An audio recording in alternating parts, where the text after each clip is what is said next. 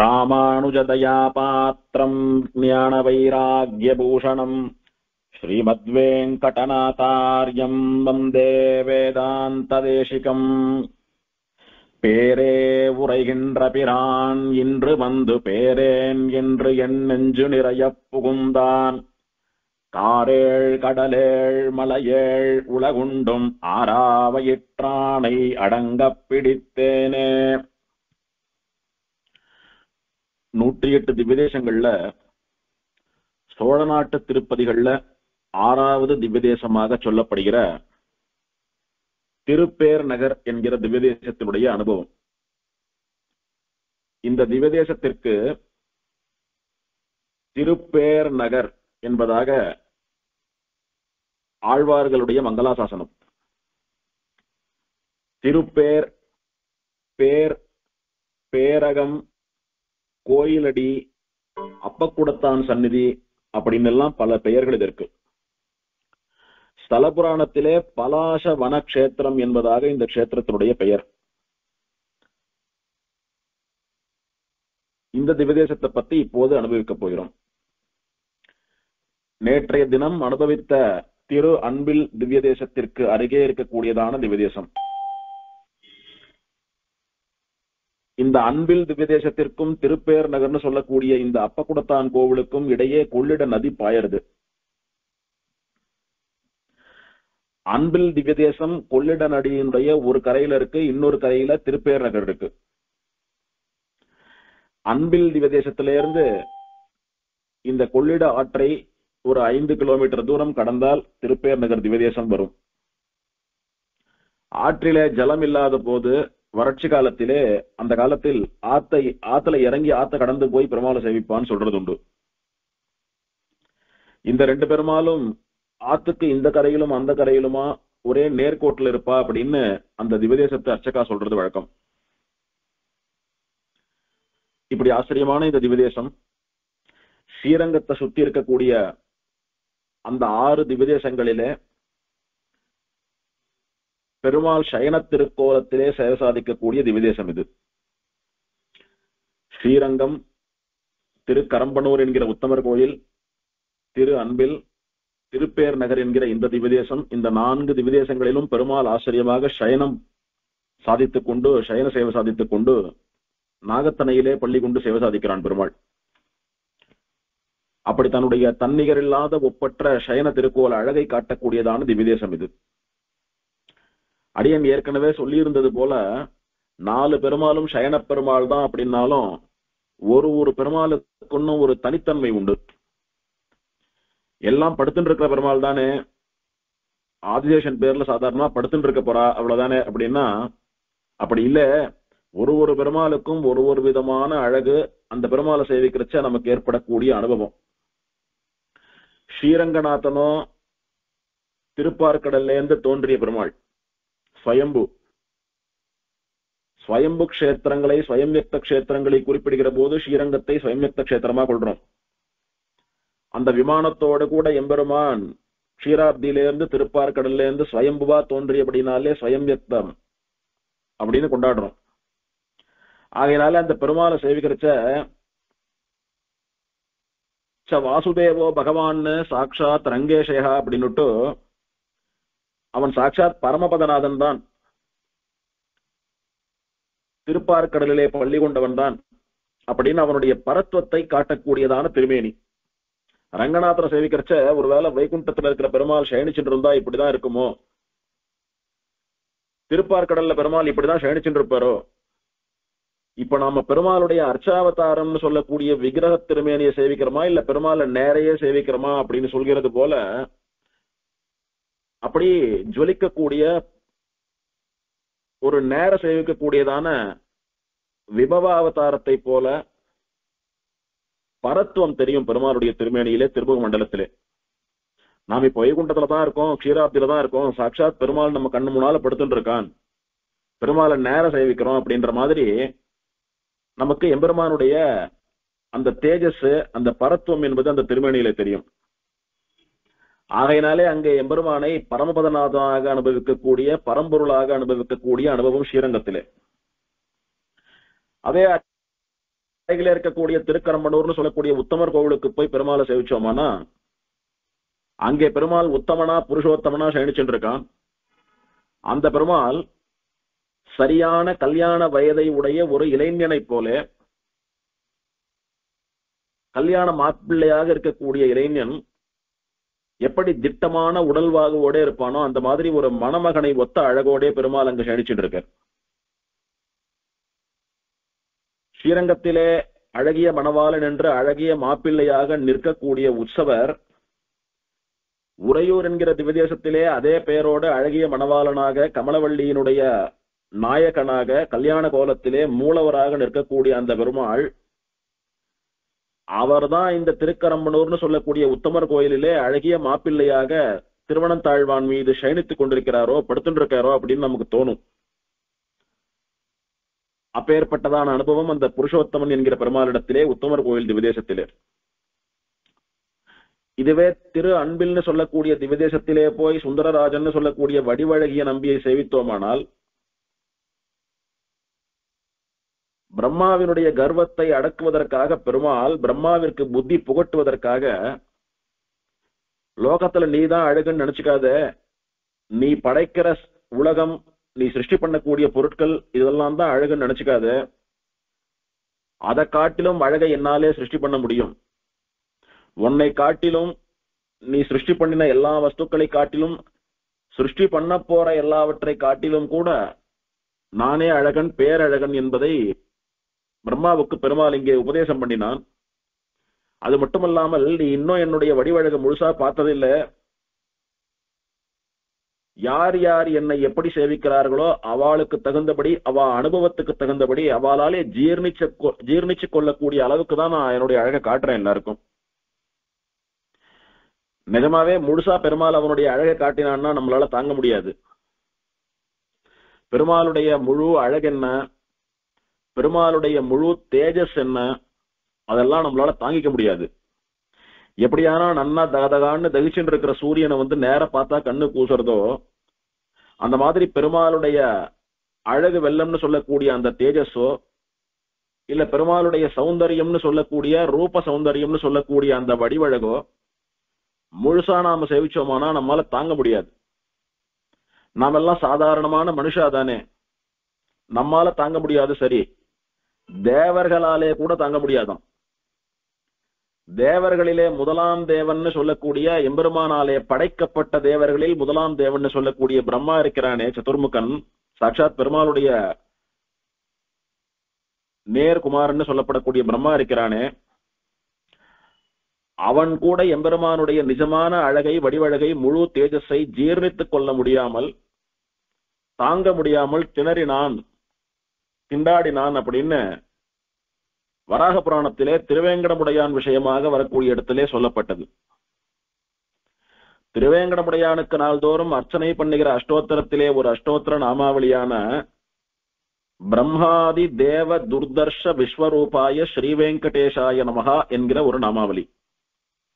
பிரம்ம ஆதி தேவ துர்தர்ஷ விஸ்வரூபா, பிரம்மன் முதலான தேவர்களாலே கூட காண முடியாத விஸ்வரூபத்தை உடைய விஸ்வரூபத்தை காட்டிய ஸ்ரீ வெங்கடேசன் சுவாமி. இவாளெல்லாம் பார்க்கணும், இவாளெல்லாம் சேவிக்கணும் அப்படின்றதுக்காக இவாளுக்காக தானே பெருமாள் விஸ்வரூப சேவையை விஸ்வரூப தரிசனத்தை கொடுத்தான். அப்புறம் இவாளால பார்க்க முடியலன்னா என்ன அர்த்தம் அப்படின்னா, அந்த அளவுக்கு பெருமாளுடைய அழகு வெள்ளம் இவாளுடைய கண்களை அப்படி மறைச்சுடுறது. பெருமாளுடைய தேஜஸ்னு சொல்லக்கூடிய அந்த ஒளி கோட்டி சூரிய சமப்பிரபம்னு பெருமாளை வர்ணிக்கிறது உண்டு. பிரபைன்னு சொல்லக்கூடியது அந்த தேஜஸ் ஒளி, ஒளி பிழம்பு. எம்பெருமானுடைய திருமுக மண்டலத்திலே அவனுடைய திருமேனியிலே எப்படி இருக்கும் அந்த ஒளி பிழம்பு ஜோதி அப்படின்னா, கோட்டி சூரிய சமப்பிரபம், கோடி சூரியன்களினுடைய அந்த தேஜஸை அந்த ஒளியை பிரகாசத்தை சமானமாக உடையதாக அப்படி இருக்கும். ஒரு சூரியனே நன்னா தகிக்கிறச்ச நம்மளால நேர பார்க்க முடியல, அப்படி கண்ணை கூச்சரா போல பார்த்துட்டாலும் கூட ஒரு க்ஷணத்துக்கு மேல பார்க்க முடியல, தலையை தொங்க போட்டு விடுறோம். அப்படின்ற பட்சத்துல கோட்டி சூர்யாளுடைய ஒளியை நம்மால எப்படி ஜீர்ணிக்க முடியும்? கண்ணு போயிடாதோ? சாதாரணமா மின்னலை பார்த்தாலே கண்ணு போயிடுன்னு சொல்றாளோ இல்லையோ, அப்படி இருக்கச்ச கோடி சூரியனுடைய ஒளியை அந்த பிரபையை நம்மாலே ஜீர்ணித்துக் கொள்ள முடியுமா? அப்பேற்பட்ட பிரகாசத்தை தேஜஸை அந்த ஒளியை உடையவன் பெருமாள் அப்படின்னு வர்ணிக்கிறோம். அதனால அப்பேற்பட்ட அழகோடே பெருமாள் தன்னுடைய விஸ்வரூபத்தை காட்டி கொடுத்தான். பிரம்மா முதலான தேவர்கள் எல்லாம் கூட அதை சேவிக்க முடியாமல் அந்த ஒளியை அந்த தேஜஸை அந்த அழகை ஜீரணம் பண்ணி கொள்ள முடியாமல் தடுமாறினான். துர்தர்ஷகா, தர்ஷிக்க முடியாமல், தர்ஷிப்பதற்கு இயலாமல், ஐயோ சுவாமி இத்தனை அழக காற்றியே எங்களால பார்க்க முடியலையேன்றதா அவ சங்கடப்பட்டான்னு தெரிகிறது. அப்புறம் அவ பெருமாள் இடத்துல பிரார்த்திக்க, பெருமாள் அவளுக்கு எவ்வளவு அழகை எவ்வளவு தேஜஸை காட்டினால் அவ தாங்கிப்பாளோ, அவ அனுபவிப்பாளோ, அவ சாதாரணமா சேவிப்பாளோ அந்த மாதிரி தன்னை குறைச்சுண்டு அர்ச்சாவதாரமா நின்னான் அப்படின்றது அங்கே சொல்லப்பட்ட விஷயம். இது திருவேங்கடமுடையான் விஷயத்திலே பிரத்யேகமாக சொல்லப்பட்டிருந்தாலும் கூட பொதுவா எம்பெருமானுக்கான லட்சணம் இது. எம்பெருமானுடைய அழகுக்கும் எம்பெருமானுடைய தேஜஸுக்குமான லட்சணம் இது. அதனால எல்லா பெருமாளுக்கும் இது பொருந்தும். திருமாலிருஞ்சோலையிலே எழுந்தருளி இருக்கக்கூடிய அழகரை சுந்தரராஜனை வர்ணித்த போது கூட ஆழ்வார் முடிச்சோதியாய் உனது முகச்சோதி மலர்ந்ததுவோன்னு அந்த எம்பெருமான் அழகன் உற்சவர் இருக்கார் பாருங்க, அவருடைய அழகை வர்ணிக்கணும்னு புகுந்த ஆழ்வார் அதுக்குன்னு ஒரு 10 பாசுரங்களை பாடி முழுக்க முழுக்க அந்த எம்பெருமானுடைய திருமேனி அழகு தேஜஸ் வர்ணனை தான் அங்க. அப்படி ஆழ்வாரை மனதை கொள்ளை கொண்ட பெருமாளவன். அப்பேற்பட்ட வடிவழகு எம்பெருமானுடையது. அத இந்த பிரம்மா இதுவரைக்கும் சேவிக்கல. அதனால தான் அழகு, தான் படைக்கிறது தான் அழகுன்னு நினைச்சுட்டு இருமாந்து மண்டகர்வத்தோட தெரிஞ்சுட்டு இருந்த போது அவனுடைய கர்வத்தை அடக்கி அவனுக்கு நல்ல புத்தி புகட்ட வேண்டும் என்பதற்காக இந்த அன்பில்னு சொல்லக்கூடிய திவதேசத்திலே பெருமாள் தன்னுடைய முழு வடிவழகையும் பிரம்மாவுக்கு காட்டி கொடுத்தான். வடிவு அழகிய நம்பி, அழகான உருவத்திலே காட்சியளிக்கக்கூடிய பெருமாள் சுந்தர ராஜன், அழகுக்கே ராஜா. பொதுவா நாம் யாரையான கிண்டல் பண்றச்சே ஒரு பெரிய அழகுராஜான்னு சொல்றோமோ இல்லையோ, ஆனா நிஜமாவே அழகுராஜான்னா அந்த பெருமாள் தான். அழகு அரசன், அழகுக்கே அரசன், அழகான அரசன், அழகுக்கே அரசன் அந்த சுந்தரராஜன். அங்கே அப்பேற்பட்டதான ஒரு அனுபவம். அந்த பெருமாளை அந்த டியூப் லைட்டை அணைச்சுட்டு விளக்கு ஒளியிலே இல்ல பெருமாளுக்கு கற்பூர ஆர்த்தி பண்ணக்கூடிய அந்த நெய் தீபத்தினுடைய ஒளியிலே பெருமாளுடைய திருமுக மண்டலத்தை சேவிக்கிறச்ச அழகோடு கூட பெருமாள் பரம்பொருள் என்பதை கூட சேர்த்து காட்டும் அந்த திருமுகம். அழகும் இவன்தான் பரதத்துவம் என்று சொல்லக்கூடிய அந்த சுவாமித்துவமும் ரெண்டும் கூட சேர்ந்து தெரியும் பெருமாளுடைய திருமுக மண்டலத்திலே. அங்கே அப்பேற்பட்ட அனுபவம். இங்கே இந்த திருப்பேர் நகர்னு சொல்லக்கூடிய கோவிலடி திவிதேசத்திலே பெருமாளுடைய சயன திருக்கோலம் என்பது இதுவரைக்கும் சொல்லப்பட்ட திவ்யதேசங்களை போலல்லாமல் சற்று வித்தியாசமாக இருக்கக்கூடியதான ஒரு அழகு. இங்கே பெருமாள் எப்படி இருக்கிறான் அப்படின்னா, இதுவரைக்கும் சொன்ன இந்த 3 திவ்யதேசங்களிலே இருக்கக்கூடிய பெருமாளை எல்லாம் காட்டிலும் ஒசரமான பெருமாள், உயரமான பெருமாள் இவன் தான். பெரிய பெருமாளை காட்டிலும், புருஷோத்தமனை காட்டிலும், வடிவழகிய நம்பியை காட்டிலும் உயரமான பெருமாள். ரங்கநாதன் அப்படியே ஆச்சரியமா மேல பார்த்தாப்புல படுத்துட்டு இருக்கான். திருக்கரம்பனூரிலே புருஷோத்தமனும் அப்படிதான் படுத்துட்டு இருக்கான். அன்பிலே வடிவழகிய நம்பியும் கூட அப்படிதான் படுத்துட்டு இருக்கார். ஆனா இந்த அப்பக்குடத்தான்னு சொல்லக்கூடிய திருப்பேர் நகர் பெருமாள் படுத்துட்டு இருக்கார். ஆனா படுத்துட்டு இருக்கிறவா பக்கத்துல படுத்துட்டு இருக்கிறவா இல்ல எங்கேயானும் சேர்ல உட்கார்ந்துட்டு இருக்கிறவாள் பேசணும் அப்படின்னா ஒரு பக்கமா ஒரு கழிச்சு தலைக்கு சப்போர்ட்டா அவளுடைய வலது கைய தலைக்கு வச்சுண்டு அப்படியே படுத்துட்டு இருப்பா. இடுப்புக்கு மேல முதுக அப்படியே எழுந்து முயற்சித்து கொஞ்சம் எட்டி பார்த்து பக்கத்துல இருக்கிறவாள் பேசுற மாதிரி தலைய கையால தாங்கி அந்த சப்போர்ட் மாதிரி தலைக்கு வச்சுண்டு பேசுறது வழக்கம். அந்த மாதிரியான ஒரு காலத்திலே பெருமாள் இங்கே காட்சி தரார். அப்படின்னா அவனை தேடி போற பக்தர்களான அடியார்களான நாம வந்திருக்கோம் அப்படின்னு பெருமாள் நம்ம தேடி நம்மளை சேவிக்கணும்னு குழந்தைகள்லாம் வந்திருக்கிறது. நம்ம பாட்டுக்கு சாதாரணமா படுத்துட்டு இருந்தா என்ன அர்த்தம்? நமக்காக தானே அவ வந்திருக்கா, அவளோட எழுந்து பேசணும் அப்படின்னு பெருமாள் நமக்காக முயற்சி பண்ணி எழுந்துக்கிற மாதிரி முயற்சி பண்ணி முகத்தை தலையை உயர நிமிர்த்தி வைத்துக் கொண்டு நம்மை நேரே பார்த்து பேசக்கூடியதான ஒரு சேவை இங்கே. அடியன் வாட்ஸ்அப் குரூப்ல போட்டோ ஷேர் பண்றேன், அதை சேவிச்சிங்களான்னா தெரியும். பெருமாள் ரொம்ப வயசானவன். பெருமாளுடைய வயசு எதுன்னு தீர்மானிக்க முடியுமோ? அப்பேற்பட்ட வயசானவனாக விருத்தனாக பெருமாள் இருக்கிறபடியினாலே அவன் சயனித்துக் கொண்டிருக்கிறான். நாமெல்லாம் அவனுடைய குழந்தைகள். தாத்தா படுத்துட்டு இருக்கார், குழந்தைகள்லாம் பக்கத்துல போய் நின்னு பேசுறது. அப்போ தாத்தாவானவர் எழுந்து நின்று உட்கார்ந்து பேசலைன்னாலும் கூட படுத்துட்டு இருக்கிறச்சியே எழுந்திருக்கிறதுக்காக முயற்சி பண்ணி தலையை தூக்கி வச்சு பேசக்கூடியதான ஒரு ஆச்சரியமான காட்சி இந்த பெருமாளுடைய சேவை. இந்த பெருமாள் இந்த திருக்கோலத்திலே ஏன் சயனிச்சுட்டு இருக்கான் அப்படின்னா, சயன திருக்கோலம் என்பதே பொதுவா அழகுன்னு பார்த்தோம். அந்த சயன திருக்கோலத்திலும் கூட பலவிதமான சயனங்கள் உண்டு. வீர சயனம், உத்தியோக சயனம், புஜங்க சயனம் அப்படின்னு பல சயனங்கள் உண்டு. அதே இது உத்தியோக சயனம்னு சொல்லக்கூடிய சயனம். அப்படின்னா சயனம் அப்படின்னா படுத்துட்டு இருக்கிறது. எதுக்கு சயனிச்சுக்கிறா படுத்துக்கிறா அப்படின்னா ஓய்வு தேவைப்படுறது. அதுக்கு மேல அவளால நிக்க முடியல, உட்கார முடியல, காரியங்கள்லாம் பண்ணி அழுத்து போயிடுத்து, உடம்புக்கு ஓய்வு தேவை, அதனால படுத்துக்கிறா. அதற்கு சயனம்னு பெயர். அவ எந்த காரியத்தையும் பண்ணாம சாதாரணமா அப்படி ரிலாக்ஸ்டா படுத்துட்டு இருக்கணும், அதுதான் சயனம். உத்தியோகம் அப்படின்னா காரியம், வேலை. உத்தியோக சயனம் அப்படின்னா படுத்துட்டு இருக்கிறவா, சயனிச்சுட்டு இருக்கிறவா ஏதோ ஒரு காரியம் பண்றதுக்காக எழுந்திருக்க முயற்சிப்பது அப்படின்றது உத்தியோக சயனம். திருக்குடந்தையிலே கூட திருமழிசை பிரான் அமுதன்னு சொல்லக்கூடிய சார்கபாணி பெருமாளை மங்களாசாசனம் பண்ணுகிற போது, நடந்த கால்கள் நொந்தவோ நடுங்க ஞால மேனமாய் இடந்தமை குலுங்கவோ அப்படின்ற பாசுரத்திலே கடந்த கால் பரந்த காவிரி கரையுள் கிடந்தவாறு எழுந்திருந்து பேசு வாழி கேசனே என்பதாக, கடந்த கால் பரந்த காவிரி கரை குடந்தையுள் கிடந்தவாறு எழுந்திருந்து பேசு அப்படின்னு அங்க ஆழ்வார் சாதித்தார். ஆழ்வார் போறார், பெருமாள் அனுபவித்து மங்களாசாசனம் பண்றார், பெருமாள் விஷயமா பாசுரங்களை எல்லாம் பாடுறார், பெருமாள் என்று பேசிட்டு இருக்கார்.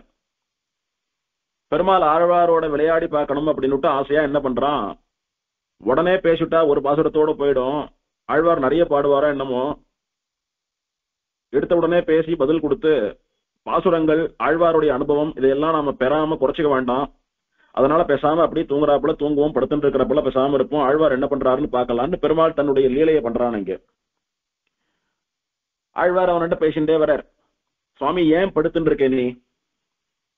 யாரானும் சாதாரணமா பகல்ல படுத்துட்டாலானா என்ன கேட்கிறோம், என்ன பகல்ல படுத்துட்டீங்க, முடியலையா, உடம்புக்கு ஏதானும் தேவையா, தலையை வலிக்கிறதா காலை வலிக்கிறதா, என்ன பண்றது சொல்லுங்கன்னு கேட்கிறோமோ இல்லையோ. அந்த மாதிரி ஆழ்வார் இவனை சேவிக்க போறார், இவன் சயனிச்சுட்டு இருக்கான், பார்த்துட்டு ஏன் சயனிச்சுட்டு இருக்கேன்னு கேட்கிறார். நடந்த கால்கள் நொந்தவோ, ராமாவதாரத்திலே நாட்டில் பிறந்து மணிசர்க்காய் படாதனப்பட்டு நாட்டை நலிந்துன்னுட்டு அத்தனை பெரிய சக்கரவர்த்தியினுடைய குமாரனாக பிறந்து சொகுசா சுகமா அரண்மனையிலே ஆச்சரியமான ஒரு போக வாழ்க்கையை வாழ்வதை விடுத்து இப்படி காடுமேடெல்லாம் அலைஞ்சு திரிஞ்சையே உன்னுடைய சரணாகத்தாளை ரட்சிப்பதற்காக அப்படி நடந்து நடந்து நடந்து நடந்து கால்கள்லாம் தேஞ்சு போயிடுத்தோ, நடந்த கால்கள் நொந்தவோ, கால் வலிக்கிறதோ, ரொம்ப நொந்து போயிடுத்தோ, இதுக்கு மேல நடக்க முடியலையோ, அதனால படுத்துட்டியோ, நடுங்க ஞாலம் ஏனமாய் இடந்தமை குலுங்கவோ, இந்த லோகங்கள் எல்லாம் இந்த பிரம்மாண்டம் எல்லாம் கூட நடுங்கும்படியாக ஏனமாக வராக அவதாரம் பண்ணி உலகை இடந்து பூமியை மீட்டுக் கொண்டு வந்தாயே,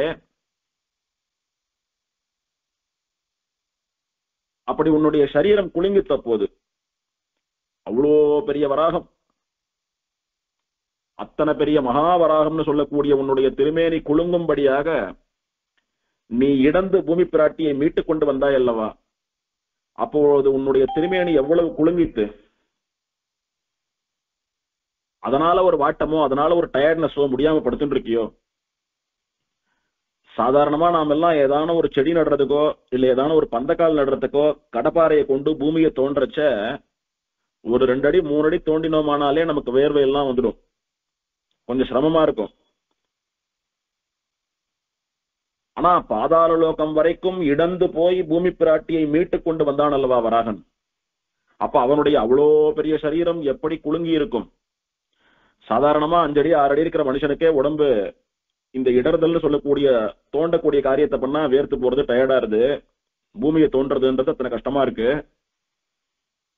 மகாவராகம்னு அவ்வளோ பெரிய திருமேனி, எந்த எம்பெருமான் திருவடியிலே சாத்தி கொண்டிருந்த தண்டைன்னு சொல்லக்கூடிய அந்த கழல்ல அவ்வளோ பெரிய மேரு பர்வதம், மேரு மலை ஒரு சின்ன பரல் போல ஒட்டி கொண்டதோ, அப்பேற்பட்ட விஸ்வரூபமான திருமேனி உடைய பெருமாளுடைய திருமேனி அவன் பூமியை இடந்தெடுத்தான்னா எப்படி குலுங்கி இருக்கும். அப்படி வராக அவதாரத்திலே பூமியை இடந்தெடுத்தாயே, அந்த குலுக்கம், அந்த கலக்கம், அந்த டயர்ட்னஸ் உனக்கு போகலையோ, அதனால படுத்துட்டு இருக்கியோ. சரி, அதெல்லாம் போகட்டும். நான் பாட்டுக்கு பேசிட்டு இருக்கேன், நீ பாட்டுக்கு பேசாம படுத்துட்டு இருந்தா என்ன அர்த்தம்? கடந்த கால் பரந்த காவிரி கரை குடந்தையுள். ஆச்சரியமா இந்த காவிரி நதி பிரவகிச்சு ஓடின்னு இருக்கிற இந்த கும்பகோணத்திலே கிடந்தவாறு எழுந்திருந்து பேசு. நான் வந்திருக்கேன் உன்னை தேடி, உன்னால எழுந்து உட்கார்ந்துட்டு பேச முடியலன்னு தெரியறது, எழுந்து நின்றுண்டு என்னை வரவேற்க முடியலன்னு தெரியறது, என்னோட கலந்து பேச முடியலன்னு தெரியறது. ஏதோ சிரமம் உனக்கு, எந்த அவதாரத்துல பட்ட சிரமமோ தெரியல, உன்னால முடியல, அசதியில படுத்துட்டு இருக்க. இருந்தாலும் கூட அப்படியே கொஞ்சம் படுத்துட்டு இருக்கிற மாதிரியே எழுந்து முயற்சி பண்ணி என்னோட பேசு பார்ப்போம் அப்படின்ற ஆழ்வார். வயசானவா, ரொம்ப வயசானவா, இல்ல உடம்பு முடியாம இருக்கிறவா, படுத்த படுக்கையா கட்டில இருக்கா, அவளால முடியல அப்படின்னா, நிஜமா அவளால ரொம்ப முடியாது இருக்கிற போது பேசாம விட்டுட்டோம், அவளால ஒண்ணும் பண்ண முடியாது, அப்படிதான் இருப்பான்னு. கொஞ்சம் நாளாக அவ ரெக்கவர் ஆகிட்டே வரச்ச, அவ அப்படியே இருந்தா எங்க நோய் அதிகமாகி அப்படியே இருந்து போயிட போறாளோ, உடம்பு அப்படியே ஆயிட போறதோன்ற கவலையில அக்கறையில என்ன பண்றோம் நாமோ. ரொம்ப நேரம் அப்படி இருக்கக்கூடாது, ரொம்ப நாள் அப்படி இருக்கக்கூடாது, அது நல்லதில்லை. கொஞ்சம் கொஞ்சமா அப்படி எழுந்து உட்கார முயற்சி பண்ணுங்க. மொத்தமா எழுந்து உட்கார வேண்டாம், எழுந்து நிக்க வேண்டாம். அப்படி தலைகாணிய செவுத்துல சாட்சி வைக்கிறேன், அதுல சாஞ்சுட்டு உட்காருங்க. இல்லைன்னா இப்ப அதுக்கான கட்டிலாம் கூட வந்துட்டு, ஏதோ ஒரு பட்டன் அமைக்கினாலோ இல்ல ஏதோ திருப்பினாலோ அந்த கட்டளையை கூட அப்படி வந்து முதுகு சாட்சிண்டவா செவுத்துல உட்காந்துக்கிறாப்புல, சாஞ்சிண்டு காலை நீட்டின்னு உட்காந்துக்கிறாப்புல அரேஞ்ச்மெண்ட் எல்லாம் வந்துடுத்து. இப்போ அந்த மாதிரியான நான் பண்றேன். கொஞ்சம் எழுந்து உட்கார்ந்துக்கிறதுக்கு முயற்சி பண்றாப்புல படுத்துண்டாவது பேசுங்கன்னு சொல்றோமோ இல்லையோ, அந்த மாதிரி சொல்ற. கிடந்தவாறு எழுந்திருந்து பேசு, எழுந்து உட்கார்ந்துக்க வேண்டாம், நின்றுக்க வேண்டாம், படுத்துட்டு இருக்கிறபடியே கொஞ்சம் எழுந்து பேச முயற்சி பண்ண அப்படின்றார். சரின்னு ஆழ்வார் சொல்லிட்டாரே, நாம வந்து எப்படி இதை மீறது? இவ்வளவு தூரம் ஆழ்வார் ஆசையா கேட்கறச்ச நாம பேசாம இருக்கலாமா? இத்தனை நேரம் ஆழ்வார் பேசிட்டு இருக்காரு, அப்பெல்லாம் பதில் சொல்லல பெருமாள், பேசாம படுத்துட்டு இருந்தான், நமக்கு என்ன அப்படின்னு. அப்படின்னா அலட்சியம் இல்ல, இன்னும் நிறைய ஆழ்வாருடைய அனுபவத்தை நாம பெற வேணும், நம்முடைய அனுபவத்தை ஆழ்வாருக்கு தர வேணும். ஆழ்வார் நம்ம விஷயமா நிறைய பாசுரங்களை, நிறைய அனுபவங்களை எல்லாம் வெளியிட்டா நமக்கு அது சந்தோஷம். ஏன்னா காலாகாலத்துக்கும் ஸ்ரீ வைஷ்ணவா அந்த பாசுரங்களை எல்லாம் சொல்லி என்ன மகிழ வைப்பாலோ இல்லையோ, ஆராதிப்பாலோ இல்லையோ. அப்படி ஆழ்வார்களுடைய வர்ணனை, ஆழ்வார்களுடைய பிரபந்தம், அவளுடைய அனுபவத்தை எல்லாம் காதால கேட்க கேட்க எனக்கு அத்தனை சந்தோஷமா இருக்கும். கடைசி வரைக்கும் நான் இந்த திருக்குடந்தையிலே இப்படி சயனிச்சுட்டு இருக்கிறேனே, நித்தியம் ஆழ்வாருடைய பாசுரத்தை என் காதாலே கேட்டு மகிழ்வேன் அல்லவா. அதனால பேசாம இருக்கலாம், அவர் என்ன கொடுக்குறாரோ கொடுக்கட்டும்னு அப்படியே படுத்துட்டு இருக்கான் பெருமாள். கிடந்தவாறு எழுந்திருந்து பேசுன்னு ஆழ்வார் பெருமாளுக்கு ஒரு கட்டளை போட்டுட்டார், இதை பண்ணுன்னு சொல்லி ஆயிடுத்து. இது வரைக்கும் அப்படியா இப்படியான்னு கேட்டு இருந்தா பேசாம இருந்தான். ஆமான்னு ஒரு வார்த்தையில பதில் சொல்லி இருந்தா அதோட நிறுத்திட்டு இருப்பார். அப்படியா, முடியலையா, சரி படுத்துக்கோ, நான் உன்னை தொந்தரவு பண்ணல, அப்புறம் வரேன்னு கிளம்பி போயிட்டு இருப்பார் ஆழ்வார். அப்படி விட்டுடக்கூடாது ஆழ்வார, அப்படின்னு பேசிட்டு இருந்தான்.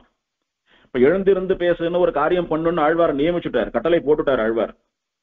இவன் தான் பக்த பராதீனாச்சே, பக்தா என்ன சொல்றாளோ அதை கேட்பான்.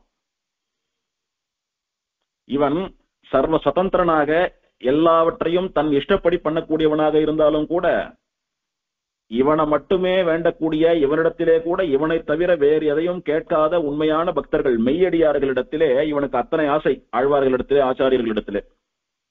அப்ப அவர் சொன்னார்னா இவன் கேட்கறதுன்றது இவனுக்கு ஒரு அழகு. இப்பேற்பட்ட பரம்பொருளா இருந்து இந்த ஆழ்வாருக்கும் கூட சுவாமியா இருந்து அந்த ஆழ்வாரை படைத்து காப்பாற்றி அவருக்கு மோட்சம் தரக்கூடிய சுவாமியா இருந்தாலும் கூட, அவர் இவருடைய உண்மையான பக்தர் என்கிற காரணத்தினாலே, மெய்யடியார் என்கிற காரணத்தினாலே அந்த ஆழ்வார் சொல்றதை இந்த பெருமாள் கேட்கிறான் பத்தியா. இவன மாதிரி ஒரு சாத்விகமான தெய்வம் வேறு ஏது? இப்பேற்பட்ட சாத்விகமான தெய்வத்தை தான் சரணாகதி பண்ண வேண்டும். அந்த தெய்வம் தான் நம்மள நன்னா வச்சுக்கோ, நமக்கு மோட்சம் கொடுக்கும்ன்றதா சம்பிரதாயம். அதனால இவன் பக்தர்களுடைய பேச்சை கேட்டு பக்தர்களுக்கு வசியனாக வசப்பட்டவனாக இருக்கிறவனானபடினாலே ஆழ்வாருடைய பக்திக்கு கட்டுப்பட்டு அவருடைய பேச்சை கேட்க வேண்டிய நிலைமை வந்துடுத்து இவனுக்கு. இதுதான் சாக்குன்னு எழுந்துட்டான் பெருமாள். வெறுமை ஒரு பாசுரத்தோட பாடி இருந்தா என்ன சொல்லியிருப்போம்? இந்த கஷேத்திரத்துக்கு ஒரு பாசுரம் தான், இல்ல ஒரு வார்த்தை தான், இல்ல ஒரு 10 பாசுரங்கள்னால ஆழ்வார் பாடிருக்காருன்னு சொல்லிட்டு போயிட்டு இருப்போம். நன்னா படுத்துன்றிருந்த இந்த பெருமாள் ஆழ்வார் எழுந்திருந்து பேசுன்னு சொன்னதுக்காக ஆழ்வாருக்காக எழுந்திருப்பது போல முயற்சி பண்ணக்கூடிய திருக்கோலத்துல சயனிச்சுட்டு இருக்கான் அப்படின்னு காலகாலத்துக்கும் பேசுறமோ இல்லையோ. அதனால இதுதான் நல்ல சான்ஸ். ஆழ்வார் சொன்னாருன்னு எழுந்துட்டோமானா மற்ற திவ்யதேசங்களுக்கு இல்லாத பெருமையாக ஆழ்வார் சொல்லி பெருமாள் கேட்டான் அப்படின்னுட்டு நமக்கு ஒரு சிறப்பு அந்தஸ்து வரும். அப்படின்னு பெருமாள் எழுந்து பேசுறதுக்கு முயற்சி பண்ணான். ஆழ்வார் பார்த்தார், நமக்கு சுவாமியா இவ்வளவு வயசானவனா இப்பேற்பட்ட பெருமாளா அசதியில சிரமத்துல படுத்துட்டு இருந்தாலும் கூட நம்ம சொல்லிட்டோன்ற ஒரு வார்த்தைக்காக எழுந்து பேசுறதுக்கு முயற்சி பண்ணானோ இல்லையோ, அவன் நன்னா இருக்கணும் அப்படின்ற மாதிரி வாழி கேசனே, கேசவா நீ நன்னாரு அப்படின்னு பெருமாளை வாழ்த்துறார் ஆழ்வார். எப்படியானா பெரியாழ்வார் பெருமாளை பல்லாண்டு பல்லாண்டுன்னு மங்களாசாசனம் பண்ணி வணங்க வேண்டிய தெய்வத்தை வாழ்த்தினாரோ, அது போல இந்த திருமிழிசை பிரானும் கூட வணங்க வேண்டிய தெய்வமான ஆறாவமுதன்னு சொல்லக்கூடிய பெருமாளை வாழி கேசனே அப்படின்னு வாழ்த்துறாரு. இங்க பெருமாள் ஆழ்வார வாழ்த்தணும், ஆனா ஆழ்வார் பெருமாளை வாழ்த்தினார். அதனால ஆறாவமுத பெருமாள் ஆறாவமுத ஆழ்வான் ஆனான். திருமிழிசை ஆழ்வார் திருமிழிசை பிரான் ஆனார். பிரான் அப்படின்னா தலைவன், சுவாமி, பெருமாள் அர்த்தம். இங்க அப்படியே இவர் ஆழ்வாராவும் அவர் பெருமாளாவும் பக்தன் சுவாமியாவும் சுவாமி பக்தனாவும் மாறிவிடா. இது இன்னைக்கும் சொல்லிட்டு இருக்கோமோ இல்லையோ. இந்த பெருமாளை ஸ்ரீ வைஷ்ணவ சம்பிரதாயத்துல சொல்றச்ச என்ன சொல்றோம்? சாரங்கபாணி பெருமாள், கும்பகோணம் பெருமாள் நான் சொல்றோம், ஆறாவது ஆழ்வான்னு சொல்றோம். அப்படி ஆறாவது ஆழ்வான் என்று ஒரு அடியவருடைய பெயரை போல ஒரு பெயரை வைத்துக் கொண்டிருக்கக்கூடிய பெருமாள் இவனை தவிர யார் இருக்கா? இவன் ஒருத்தன் தானே. அதனால இதுதான் சாக்குன்னு பெருமாள் எழுந்துட்டான். அதே திருக்கோலம் தான் இங்கே. அன்று திருமிழிசை பிரான் ஒருவரோடு பேசுவதற்காக திருக்குடந்தை என்கிற ஒரு திவ்யதேசத்திலே எழுந்திருப்பது போல, கிடந்தவாறு எழுந்திருப்பது போல, படுத்தின்றிருக்கிற கோலத்தையே எழுந்திருப்பதற்கு முயற்சி பண்ணுவது போல சேவை சாதித்த அந்த எம்பெருமான் இன்னைக்கு அந்த திருமிழிசை ஆழ்வாரினுடைய பரம்பரையான அடியார்களான ஸ்ரீ வைஷ்ணவர்களான நமக்கெல்லாம் கூட சேவை சாதித்து நம்மையும் வரவேற்று நம்மை நன்ன குளிர கட்டாட்சித்து நம்மோட கூட கலந்து பரிமாறி, குழந்தை உன்னோட பேசுறதுக்கு நான் சித்தமா இருக்கேன், என்னோட பேசு, வா பேசலாம் அப்படின்னு நம்மளை கூப்பிடா மாதிரி பெருமாள் ஆச்சரியமா இங்க எழுந்தருள் இருக்கிறான். அதுதான் இந்த எம்பெருமானுடைய விலட்சணமான ஒரு கோலம். மற்ற எம்பெருமான்கள் எல்லாம் ஆகாசத்தை பார்ப்பது போல திருமுக மண்டலத்தை வைத்திருக்க செய்தேயும் இவன் ஒருவன் மட்டும் வருகிற பக்தர்களை பெரிதாக நினைத்து அவளுக்காக எழுந்து பேசி அவளுக்கு தேவையானவற்றை எல்லாம் கொடுப்பதற்காக எழுந்திருக்க முயற்சிக்கக்கூடிய ஒரு திருக்கோலம். இப்படி அவன் படுத்துட்டு இருக்கிறவன் ஏதோ ஒரு உத்தியோகத்தை ஒரு காரியத்தை முயற்சி பண்ணுவது போல இருப்பதனாலே இது உத்தியோக சயனம். இப்படி ஆச்சரியமான இந்த எம்பெருமான் அப்ப கூடத்தான் அப்பாள ரங்கநாதன் அப்படின்னு எல்லாம் வழங்கப்படுறான். இந்த திவ்யதேசமும் கூட திருவெள்ளரை போல ஒரு கட்டுமலைத்தலம் அல்லது ஒரு மலைக்கட்டு கஷேத்திரம். சின்னதா ஒரு மலை போல இருக்கும், அதுக்கு படியேறி போகணும், ஒரு மேடு போல இருக்கும், அது மேல பெருமாள் எழுந்தருளி இருக்கக்கூடியதான தேசம் இது. காஞ்சிபுரத்திலே அஸ்திகிரி மலையிலும் பெருமாள் அப்படிதான் இருக்கார். திருவெள்ளரையிலும் பெருமாள் ஸ்வேதகிரின்னு சொல்லக்கூடிய மலையில அப்படிதான் இருக்கார். அந்த மாதிரி இங்கே ஒரு சின்ன கட்டுமலை, மலை கிடையாது, மலை போல இருக்கக்கூடிய ஒரு அமைப்பின் மீது இருக்கக்கூடியதான கஷேத்திரம்.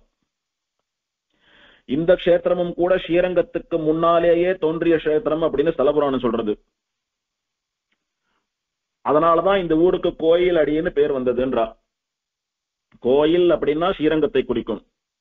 நம்ம சம்பிரதாயத்திலே கோயில் அப்படின்னா ஸ்ரீரங்கம், திருமலை அப்படின்னா திருவேங்கடமலை, பெருமாள் கோயில் என்பது காஞ்சிபுரம் தேவராஜ பெருமாள் சன்னதின்னு நம்முடைய சம்பிரதாயம். கோயில் திருமலை பெருமாள் கோயில். கோயில் பிளஸ் அடி, கோயிலுக்கு அடியான கஷேத்திரம். அடியான அப்படின்னா ஆதியான, முன்னமே தோன்றியன்னு அர்த்தம். அல்லது கோவிலுக்கு அடியெடுத்து கொடுத்த கஷேத்திரம். பெருமாள் அப்படி ஒரு ஒரு திவதேசத்திலேயா உறைஞ்சுண்டு வரான். அப்போ இங்க வந்த உடனே அருகிலே இருக்கக்கூடியதான ஸ்ரீரங்கத்திலேயும் கூட பெருமாள் எழுந்துருள வேணும்னு ஆசைப்படுறான். இந்த திருப்பேர் நகர் பெருமாள் ஸ்ரீரங்கத்துக்கு முன்னாலே தோன்றிய பெருமாளானபடியினாலே, அதுவும் இந்த பெருமாள் ஸ்ரீரங்கத்தை பார்த்தாப்புல ஸ்ரீரங்கம் இருக்கிற திசையை நோக்கினாப்புலதான் சயனிச்சுட்டு இருக்காரு. அங்க இருந்து பாக்குறாரு பெருமாள். ஆச்சரியமா ஒரு பக்கம் வட திருக்காவிரி, ஒரு பக்கம் தென் திருக்காவிரி ஓடுறது, நடுவுல அரங்கம்னு சொல்லக்கூடிய மேடை போன்ற தீவு, சுத்தி பலாசவனம்னு சொல்லக்கூடிய தோப்புகள், தென்னந்தோப்பு, ஆறு சலசலான்னு ஆச்சரியமா ஓடுறது, சில்லுன்னு காத்து வீசுறது. பெருமாளுக்கு அந்த ரம்யமான சூழல் ரொம்ப பிடிச்சு போயிடுத்து. எப்படியானா திருவேங்கடமலையினுடைய அழகிலே மயங்கி வைகுண்டத்துல இருக்கக்கூடிய பெருமாள் தியாகம் பண்ணிட்டு பிராட்டியோட வந்தான்னு அனுபவிக்கிறோமோ, அந்த மாதிரி ஸ்ரீரங்கநாதனா இந்த ரங்கத்திலே போய் சயனித்துக் கொள்ள வேண்டும்னு பெருமாளுக்கு ஆசை. அப்புறம் தர்மவர்மாவின் மூலமா பெருமாள் இங்க வந்து சேர்ந்தான், விபீஷணன் கொண்டு பிரதிஷ்டை பண்ணான்றதெல்லாம் ஸ்தல புராணம்.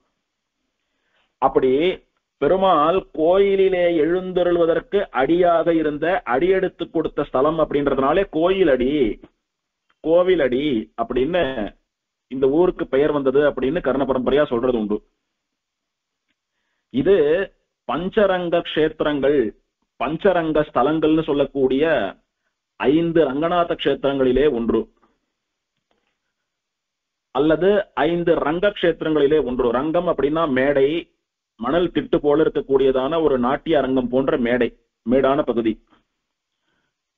இந்த பஞ்சரங்க கஷேத்திரங்கள் அப்படின்றது காவிரி நதியினுடைய கரையிலே ஒரு தீவு போல, ஒரு மேடு போல இருக்கக்கூடியதான வசந்த இடத்திலே அமைந்திருக்கக்கூடியதான திவிதேசங்கள் அல்லது கஷேத்திரங்கள். இத நதி தீவுகள், நதி திட்டுகள் அப்படின்னு சொல்றான்.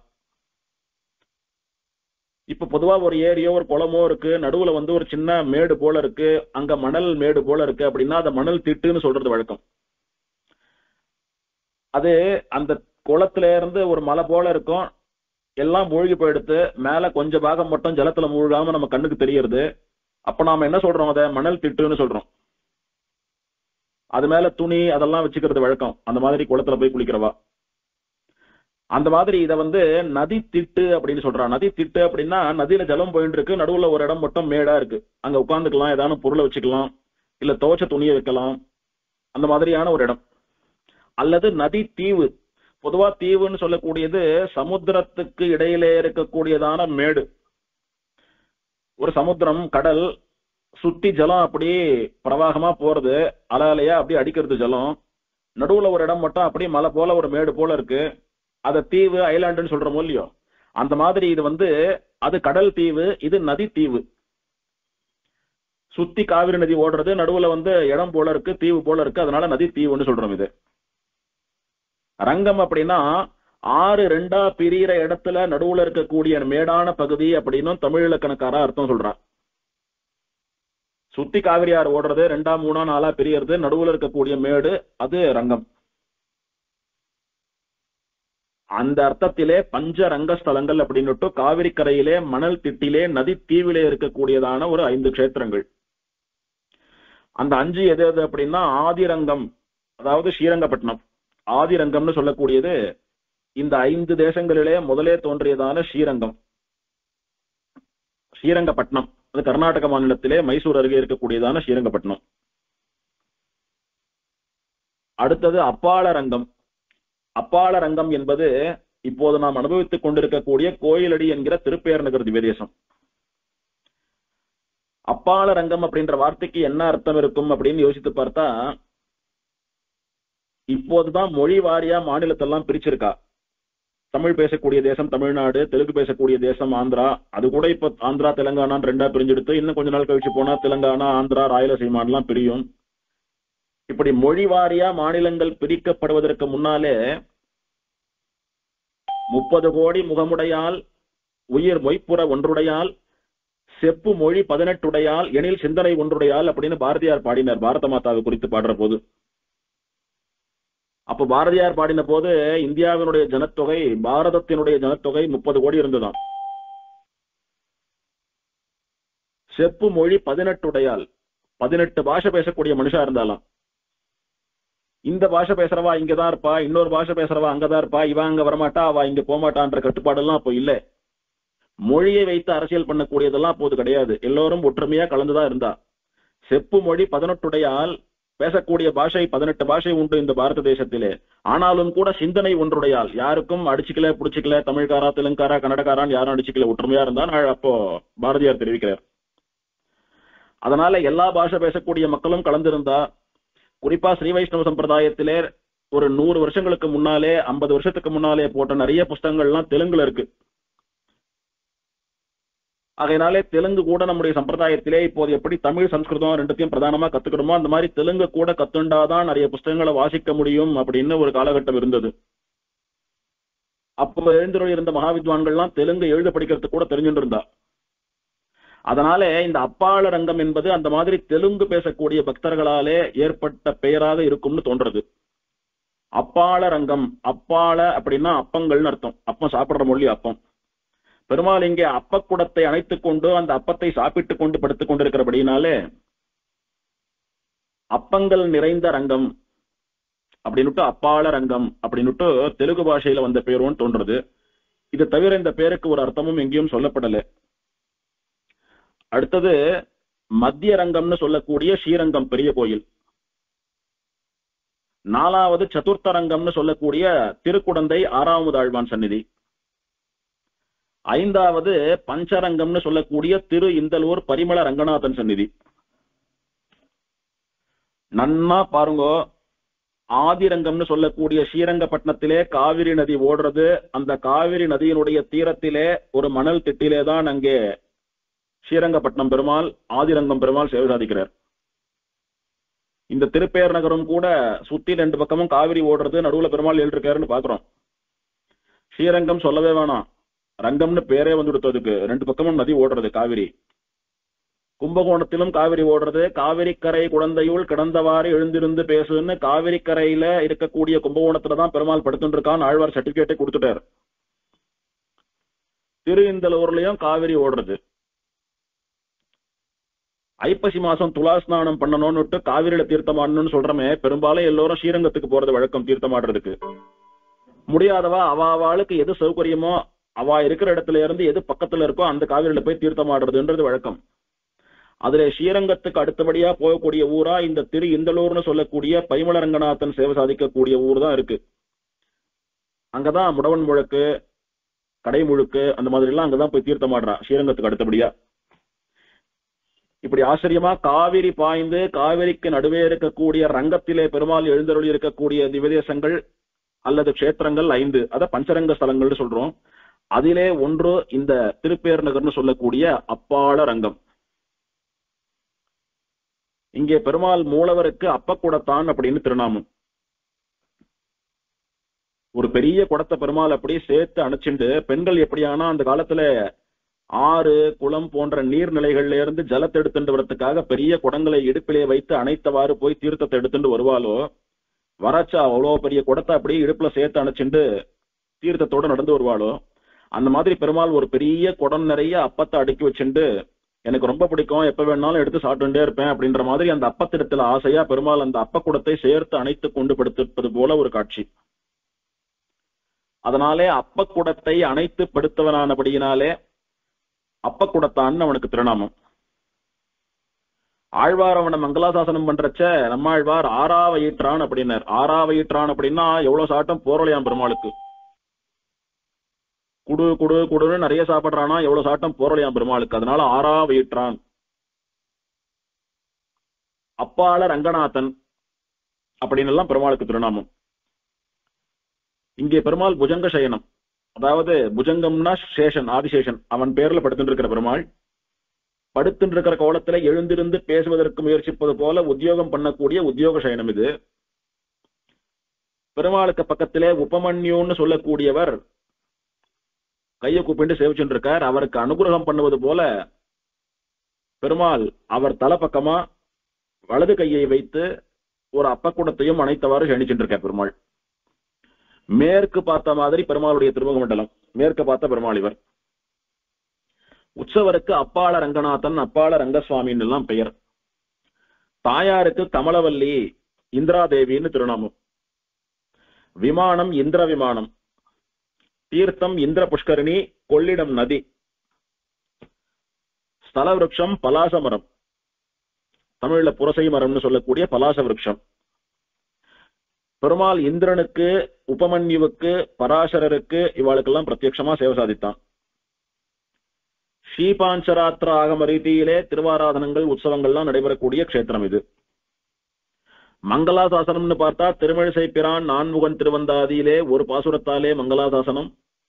நம்மாழ்வார் பல பாசுரங்களாலே பாடியிருக்கிறார். பெரியாழ்வாரும் சில பாசுரங்களாலே பாடியிருக்கிறார். திருமங்கை ஆழ்வாரும் சில பாசுரங்களாலே பாடியிருக்கிறார். மொத்தம் 4 ஆழ்வார்களாலே மங்களாசாசனம் பண்ணப்பட்ட திவ்யதேசம். 4 ஆழ்வார்கள் பாடினதும் சேர்த்து 33 பாசுரங்கள். ஆழ்வார்களுக்கு ரொம்ப மனச கவர்ந்த திவ்யதேசங்களை விடவே மாட்டா. பொதுவா ஒரு ஆழ்வார் பாடின ஊருக்கு திவ்யதேசம்னு சொல்றோம். ஒரு ஊருக்கு போறார், அந்த பெருமாளை பாடுறார், வந்து விடுறார், திவ்யதேசம் ஆயிடுத்து. அப்படி ஒரு இடத்துலதான் பாடியிருக்கார், ஒரு முறை தான் பாடியிருக்கார் அப்படின்னு சொல்றது நிறைய உண்டு. இல்ல ஒரு பதிகம் பாடினார், 10 பாசுரம் பாடினார் அப்படின்னாலும் அந்த 10 பாசுரம் பாடுவார், அதோட விட்டுடுவார், வேற எங்கேயும் எடுக்க மாட்டார். ஆனா சில திவ்யதேசங்களை ஆழ்வார்கள் எங்க போனாலும் அதை மறக்காம பல திவ்யதேசங்களோட சேர்த்து சொல்லிட்டே இருப்பா திரும்ப திரும்ப. இதுல திருமங்கை ஆழ்வார் மட்டும் ஒரு தனி ரகம். அவர் பொதுவா எல்லா திவ்யதேசங்களையுமே அந்த மாதிரி சேர்த்து சேர்த்து சொல்லுவார். மடல், சிறிய திருமடல் என்ன, பெரிய திருமடல் என்ன, இல்ல பெரிய திருமொழின்னு சொல்லக்கூடிய பிரபந்தம் என்ன, இங்க இருக்கிறவன் அங்க பார்த்தேன், அங்க இருக்கிறவன் இங்க பார்த்தேன், இவன் எனக்கு அந்த ஊர்ல சேவை கொடுத்தான், அவன் எனக்கு இந்த ஊர்ல சேவை கொடுத்தான்னு எல்லா பெருமாள்களையும் மாத்தி மாத்தி அனுபவிக்கிறது வழக்கம் அவருக்கு. ஏன்னா அவர் அர்ச்சாவதாரத்தையே அப்படியே மூழ்கி போன ஆழ்வார். திவ்ய பிரபந்த வியாக்கியாதாவான பெரியவாச்சான் பிள்ளை ஆழ்வார்களை வரிசையா தரம் பிரிக்கிறார். பரதத்துவத்திலே மண்டி கிடந்த ஆழ்வார்கள், பரமபதநாதனிடத்திலே பக்தி கொண்ட ஆழ்வார்கள் சிலர், அந்தர்யாமின்னு சொல்லக்கூடிய தனக்குள்ளே இருக்கக்கூடிய பெருமாளை அனுபவித்து அவனிடத்திலே கட்டுண்டு கிடந்த ஆழ்வார்கள் சிலர், கிருஷ்ண பக்தியிலே கட்டுண்டு கிடந்த ஆழ்வார்கள் சிலர், ராம பக்தியிலே கட்டுண்டு கிடந்த ஆழ்வார்கள் சிலர் அப்படின்னு பிரிச்சுட்டு வரச்ச சவுனக பகவானும் கலியனும் அர்ச்சாவதாரத்திலே மண்டி இருப்பார்கள் அப்படின்னு சாதிக்கிறார். ரிஷிகள்ல சவுனக மகரிஷின்னு ஒரு மகரிஷி, அவரை சவுனக பகவான்னு சொல்றது வழக்கம். அவரும் ஆழ்வார்களிலே திருமங்கை ஆழ்வாரும் அர்ச்சாவதாரத்திலே கட்டுண்டு கிடப்பர். ஒரு விக்கிரகத்தை, ஒரு அர்ச்சாவதார திருமேனியை பார்த்துட்டாலானா அப்படியே கீழே விழுந்துருவாளாம் காலில். அர்ச்சாவதாரம் இல்லைன்னா அவளுக்கு நாள் போகாது. கோவில்ல அர்ச்சாவதாரமா இருக்கக்கூடிய பெருமாளை சேவிக்கலைன்னா அவளுக்கு சோறு தண்ணி எதுவுமே இறங்காது. அப்படி அவளுடைய உயிர் மூச்சா அவளோட 2.5 கலந்த பெருமாள் அர்ச்சாவதார பெருமாள். அந்த மாதிரி திருமங்கை ஆழ்வாருக்கு அர்ச்சாவதாரம் இல்லைன்னா ஓடாது. பாக்குற பெருமாள் எல்லாம் ரொம்ப பிடிக்கும் அவருக்கு. எந்த திவ்யதேசம் ரொம்ப பிடிக்கும் சுவாமின்னு கேட்டா எல்லா திவ்யதேசமும் பிடிக்கும். அவர் எத்தனை பாடியிருக்காரோ அத்தனையும் பிடிக்கும். எந்த பெருமாளை எப்ப நினைச்சுக்கிறீங்கன்னா எப்பவுமே எல்லா பெருமாளையும் நினைச்சுட்டு இருக்காரு. அதனால அவர் எதை வாயை திறந்து பாட ஆரம்பித்தாலும் எல்லா பெருமாளும் வந்துடுறான்றதுனால அவர் இங்க இருக்கிறவர் அங்க, அங்க இருக்கிறவர் இங்கன்னு பல திவ்யதேசங்களை இணைத்து பாடுவதுன்றது அவருக்கு அப்படியே ரத்தத்துல ஓடி போயிடுச்சு. ராஜகுமாரனுக்கு சோறு ஊட்டும் போது பிடிக்கு பிடி நெய்யை இட வேணுமா போல இவருக்கும் அடிக்கு அடி அர்ச்சையை இட வேணுமாய்த்துன்னு பெரியவாச்சான் பிள்ளை சாதிக்கிறார். இப்ப நாமெல்லாம் குழந்தைகளுக்கு சாதம் ஊட்டுறச்ச, குழந்தைக்கு ஒரு பருப்பு சாதம் பண்றோம்னா கொஞ்சமா பருப்பு குத்தி சாதத்தை பிசிஞ்சு குழந்தை ஆரோக்கியமா இருக்கணும், நல்லா சாப்பிடணும்னுட்டு நெய்யை குத்தி பிசிஞ்சு விடுறோம். பிசிஞ்சுட்டு குழந்தைக்கு ஊட்டுறோம், அவ்வளவுதான் பண்றோம் நாமும். ஆனா ராஜாவினுடைய குமாரன், ராஜகுமாரன் இருக்கான் பாருங்க, அவனுக்கு அந்தரங்கத்திலே பணிபுரியக்கூடிய சேவகைகள் என்ன பண்ணுவாலாம், அந்த குழந்தைக்கு அம்மாவாட்டமா அந்த குழந்தைய ஒரு 4-5 பேர் சூழ்ந்துண்டு ஒருத்தி ஒரு மாதிரி குழந்தைக்கு விளையாட்டு காட்டுறது, ஒருத்தி குழந்தைய மடியில வச்சுக்கிறது, இல்ல இடுப்புல தூக்கி வச்சுக்கிறது, அந்த மாதிரி அந்த குழந்தைக்கு அம்மாவாட்டம் சேவகம் எல்லாம் பண்ணிட்டு ஒரு பிடி வாய் அந்த குழந்தைக்கு சோறு ஊட்டுறச்சையும் ஒரு பிடி சோத்துலயும் ஒரு ஸ்பூன் நெய் குத்துவாளாம். அதுக்குன்னு ஒரு பணிப்பெண் இருப்பாளாம் பக்கத்துல. நாம் என்ன சொல்றோம், எச்சல்ல நெய் குத்தக்கூடாது, அதனால முதலையே நெய் சாய்ச்சிட்டு அதை நல்லா பிசைஞ்சு வேணுன்ற நெய் குத்திக்கோ, 1 ஸ்பூன் இல்ல 1 லிட்டர் கூட குத்திக்கோ, ஆனா முதல்ல பிசைஞ்சுன்றோ சாப்பிட்டுட்டு எச்சல்ல நெய் குத்துறது கூடாது, பாவம் அப்படின்னு சொல்றமோ இல்லையோ. ஆனா அவ என்ன பண்ணுவாளாம், பிடிக்கு பிடி நெய் ஊத்துவாளாம் அதுல. அப்படி ஒரு சோற்று பிடியிலும் நெய்யை ஊற்றி அப்படின்னு வியாக்கியானம். ஊற்றுறதில்ல அப்படின்னா குத்துறதுன்னுட்டு ஒரு வாய் குழந்தைக்கு ஊற்றச்சியும் 1 ஸ்பூன் நெய் குத்தி ஊற்றா. அப்படி எப்படி ராஜகுமாரனுக்கு ஒரு வாய் சோத்துக்கும் 1 ஸ்பூன் நெய் தேவைப்படுறதோ அந்த மாதிரி இவர் ஒரு அடி பாடினாரானா, ஒரு பாசுரம் பாடினாரானா பாசுரத்துக்கு பாசுரம் அர்ச்சாவதாரம் தேவைப்படுறது இவருக்கு. நெய் இல்லாம இறங்காதோ அப்படின்னு சொல்ற மாதிரி அர்ச்சாவதாரம் இல்லாம பாசுரம் வராது இவருக்கு. அந்த மாதிரி அர்ச்சாவதாரத்திலே காதல் வலைப்பட்டு மண்டி கிடந்த ஆழ்வார் இவர். இவர் பாடுறார் அப்படின்றது அவருடைய இயல்பு, நிறைய பாடியிருக்கார். அவரை தவிர இன்னும் பல ஆழ்வார்களும் கூட சில பெருமாள்களை ஒரு முறை பாடியா எடுத்துன்னா விடமாட்டா, வேற எங்கேயோ பாடுறச்ச பாடுவா. சில சமயங்கள்ல ஒரு 5-6 திவ்யதேசங்கள் 7-8 திவ்யதேசங்கள்லாம் சேர்த்து கோர்வையா ஒரு பாசுரத்துல பாடுறதுன்னு வழக்கம். அந்த மாதிரி எந்த பாசுரங்கள் எல்லாம் திரும்ப திரும்ப ரிப்பீட்டடா ஒரு பாசுரத்துல வரதோ அதெல்லாம் ஆழ்வாருடைய மனசை ரொம்ப கொள்ளை கொண்டதுன்னு அர்த்தம். அந்த மாதிரி திருமிழிசை பிரான் சாதித்த ஒரு பாசுரம் நான்முகன் திருவந்தாதியிலே, நாகத்தனை குடந்தை வெக்கா திருவெவ்வுள் நாகத்தனை அரங்கம் பேர் அன்பில் நாகத்தனை பார்க்கடல் கிடக்கும் ஆதிநடுமால் அணைப்பார் கருத்தனாவான் என்பதாக பாசுரம். இந்த பாசுரம் தான் அன்பில் என்கிற திவ்யதேசத்திற்கு ஒரே பாசுரம்னு பார்த்தோம். திருக்குடந்தைக்கு நிறைய பாசுரங்கள் உண்டு, திருவெக்காக்கும் சில பாசுரங்கள் உண்டு, திருவள்ளூருக்கும் 12 பாசுரங்கள் உண்டு. இந்த திருப்பேர் நகரே 4 ஆழ்வார் பாடியிருக்கா, 33 பாசுரம். பார்க்கடல்ல இருக்கிற பெருமாளையும் நிறைய பேர் பாடியிருக்கா. அன்பில் பெருமாளுக்கு இது ஒண்ணுதான் பாசுரம். திருமிழிசை பிரான் இந்த திருப்பேர் நகர் பெருமாளை வேற எந்த இடத்துலயும் சொல்லல, இந்த ஒரு இடத்துல மட்டும்தான் சொல்லிருக்காரு. திருப்பேர் நகர் விஷயமா அவர் வேற ஒரு முழு பாசுரம் கூட அருளி செய்யல. இந்த பேர் அப்படின்ற ஒரே ஒரு பாசுரம் தான், ஒரே ஒரு வார்த்தை தான். அப்படி திருமிழிசை பிரானுடைய மனசை கொள்ளை கொண்ட ஊராக இந்த ஊர் திகழறது. அதே மாதிரி கலியனும் கூட பிண்டியார் மண்டையேந்தி பிறர் மனை திரிதந்துண்ணும் உண்டியான் சாபம் தீர்த்த ஒருவனூர் உலகமேத்தும் கண்டியூர் அரங்கம் மெய்யம் கட்சி பேர் மல்லை என்று மண்டினார் உயலல்லால் மற்றையார்க்கு உயலாமே அப்படின்னு கேட்கிறார். சுவாமி, திவ்ய தேசமா போய் கோவில்ல அர்ச்சாவதாரமா இருக்கக்கூடிய பெருமாளிடத்துல ஆசையா அவன் காலடியிலே ஊழ்ந்து கிடக்குறா பாருங்க. அவ மோட்சத்துக்கு போலேன்னா வேற யாரு சுவாமி மோட்சத்துக்கு போவா? அப்படின்னா என்ன அர்த்தம்? இந்த அர்ச்சாவதாரம் என்பது நம்மை வசீகாரம் பண்ணி அவனுடைய திருவடிகளிலே சேர்த்து கொள்ளும். அதனால எப்படி பக்தி பிரபத்தி இதெல்லாம் மோட்ச உபாயம்னு சொல்றோமோ அந்த மாதிரி எம்பெருமானுடைய வடிவழகு கூட ஒரு மோட்ச உபாயம். எப்படி உபாயமாறுது வடிவழகு? பெருமாளுடைய வடிவழகிலே மயங்கி திரும்ப திரும்ப சேவிக்கணும்னு சேவிச்சுட்டே இருக்கும். அந்த அழகு நம்மளை அப்படியே பைத்தியமாக்குறது. ஒரு முறை போனா போறல, போயிட்டே இருக்கும், சேவிச்சுட்டே இருக்கும், அனுபவிச்சுட்டே இருக்கும் அவனுடைய அழகை. அது அப்படியே முத்தி போயிடுத்துன்னா ஒரு காலகட்டத்திலே ஒரு க்ஷணம் என்ன ஆகும்? நிரந்தரமா அந்த எம்பெருமானுடைய திருவடிகளிலே இருந்து கொண்டு அவனை அனுபவிக்க வேணும்ன்ற எண்ணம் வந்துடும். அதுக்கு என்ன ஒரே வழி?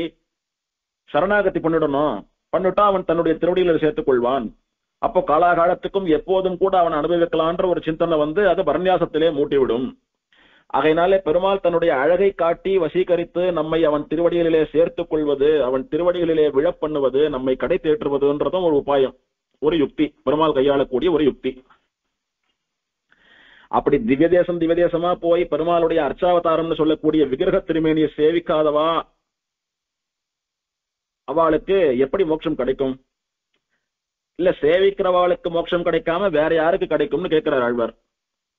வியாக்கியானத்துல இதனுடைய தாத்பரியத்தை சொல்கிற போது அர்ச்சாவதாரத்தில் பிராவண்யம் இல்லாதாருக்கு மோட்சம் இல்லையே அப்படின்னர். அர்ச்சாவதாரம்னு சொல்லக்கூடியது கோவில்ல பெருமாள் விக்கிரகமா இருக்கக்கூடிய நிலை. அதிலே பிராவண்யம் அப்படின்னா காதல் இல்லாதவாளுக்கு மோட்சம் கிடையாதுன்னு சொல்லிட்டார் வியாக்கியானத்துல. மோட்சம் போகணும்னு ஆசை இருந்தா அர்ச்சாவதாரமா இருக்கக்கூடிய பெருமாளை அனுபவித்து சேவிக்க வேணும், அவன் இருக்கிற கோவில் தோறும் போனோன்றது திருவுள்ளம். சுவாமி தேசிகன் பெரிய திருமொழியை சொல்றச்ச அறிவு தரும் பெரிய திருமொழி அப்படின்னு சொன்னாரோ இல்லையோ? வெறும பெரிய திருமொழின்னு சொல்லிடக்கூடாதா?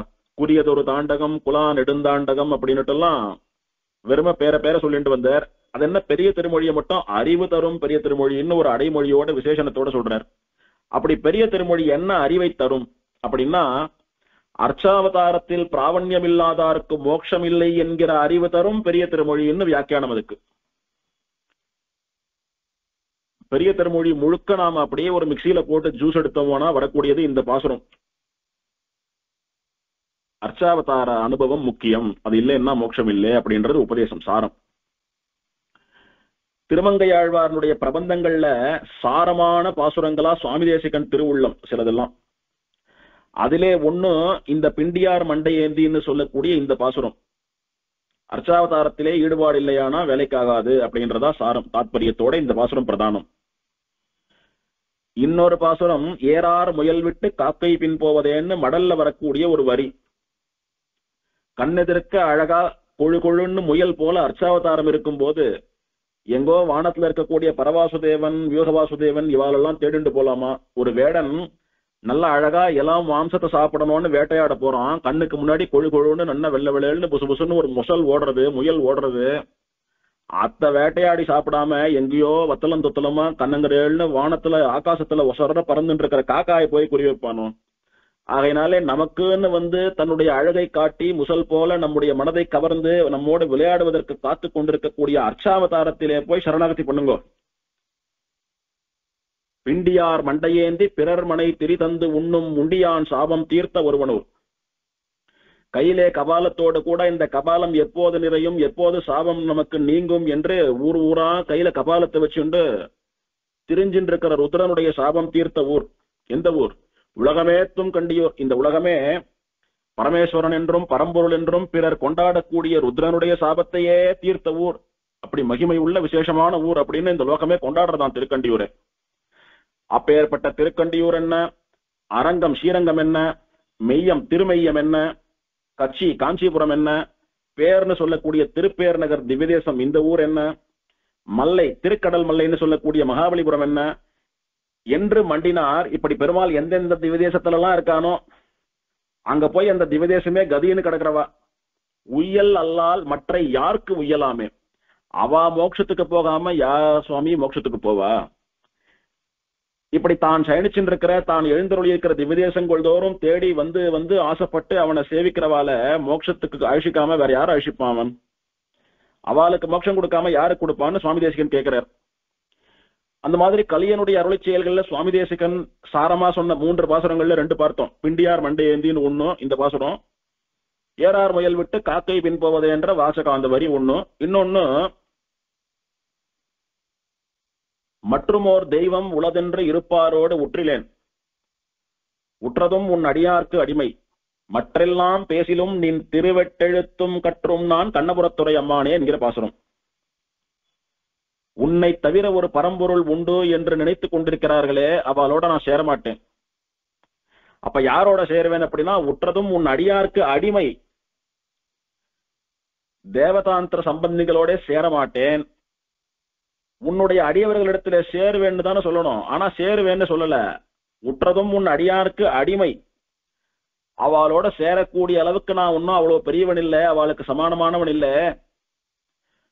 ஒரு பிரபன்னன், ஒரு ஸ்ரீ வைஷ்ணவன் பெருமாளுக்கு மட்டுமல்லாமல் அவனுடைய அடியவர்களுக்கும் தாசனாக இருக்க வேணும்னு ஆழ்வார்கள் எல்லாம் காட்டி கொடுக்கிறா. ஆகையினால நானும் ஒரு அடியவன், அதனால உன்னுடைய அடியவனுக்கு நான் அடிமை, அவளுக்கு நான் ஒரு ஏவல் தொழிலாளி போல அவ சொல்லக்கூடிய காரியங்களை பண்ணி கொண்டு கைங்கரியம் பண்ணிட்டு இருப்பேன் அப்படின்னு ஆழ்வார் தெரிவிக்கிற. உற்றதும் உன் அடியார்க்கு அடிமை. இதத்தான் ஆச்சரியமா சுவாமி தேசிகன் பற்ற வேண்டுவதும் விட வேண்டுவதும் ததீய பரியந்தம்னு ஸ்ரீமத் ரகசியத்திரை சாரத்துல காட்டி கொடுத்தார். பற்ற வேண்டியது, சரணாகதி பண்ண வேண்டியது, சேவிக்க வேண்டியது பெருமாளை மட்டும் இல்லை, அவனுடைய அடியவர்களான பாகவதோத்தமர்களையும் தான். விட வேண்டுவது அதுவும் ததீய பரியந்தம்.